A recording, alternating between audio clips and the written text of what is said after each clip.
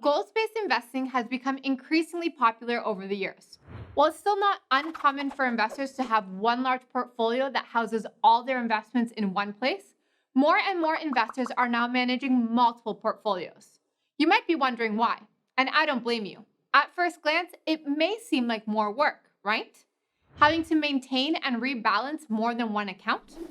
The trade off, though, is that each portfolio works towards achieving a single goal, like a plan for retirement or a new home, or something smaller, like a trip. Because each goal has a different time frame and level of importance to you, your risk tolerance, investment products, and even account type, like RSP or TFSA, may vary from one portfolio to the other. For example, imagine you're in your early 30s and you want to set up a nest egg for retirement. But you've also decided that yes, you are going to buy your dream car.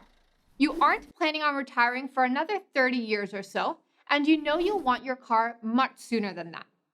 If you were to consider using a goals-based investing strategy, you could build two separate portfolios.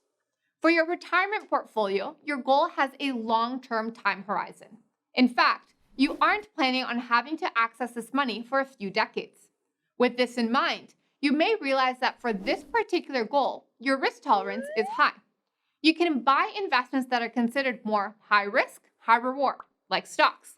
You're willing to withstand ups and downs in the market because if you experience any sort of significant loss, you know you'll have time to recover from it. But for the car splurge portfolio, your goal has a shorter time horizon. Maybe you want to make this purchase in 3 years. Because this time frame is shorter than the retirement goal, your risk tolerance for this portfolio may be moderate or maybe even low.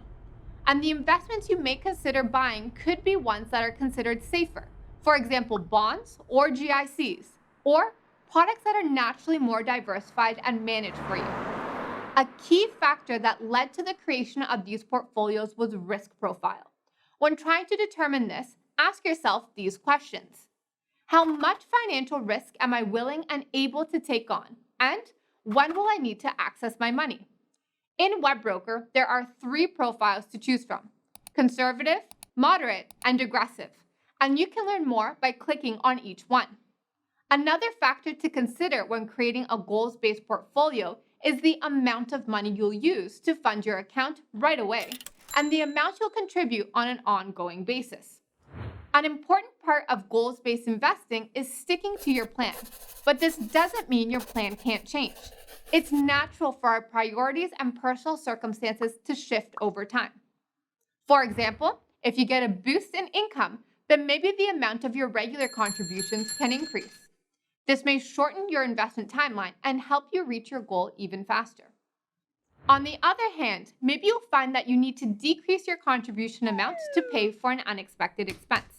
Or maybe you'll find that, over time, that big purchase you want to make in a few years isn't so important to you anymore, and you want to change the goal and structure of your portfolio. Scheduling regular reviews of your goal plan can help you to not only review the performance of your portfolio and rebalance if necessary, but also help you to reflect on your personal circumstances as well. If goals-based investing sounds like it's right for you, WebBroker can help. Easily set goals, track your progress, and adapt your plan as you go, all within WebBroker. Goals-based investing is a strategy that can work for any investor. And by going in with a clear picture of what you want and when you want it, you can set the groundwork for building a portfolio that can help you reach your goal.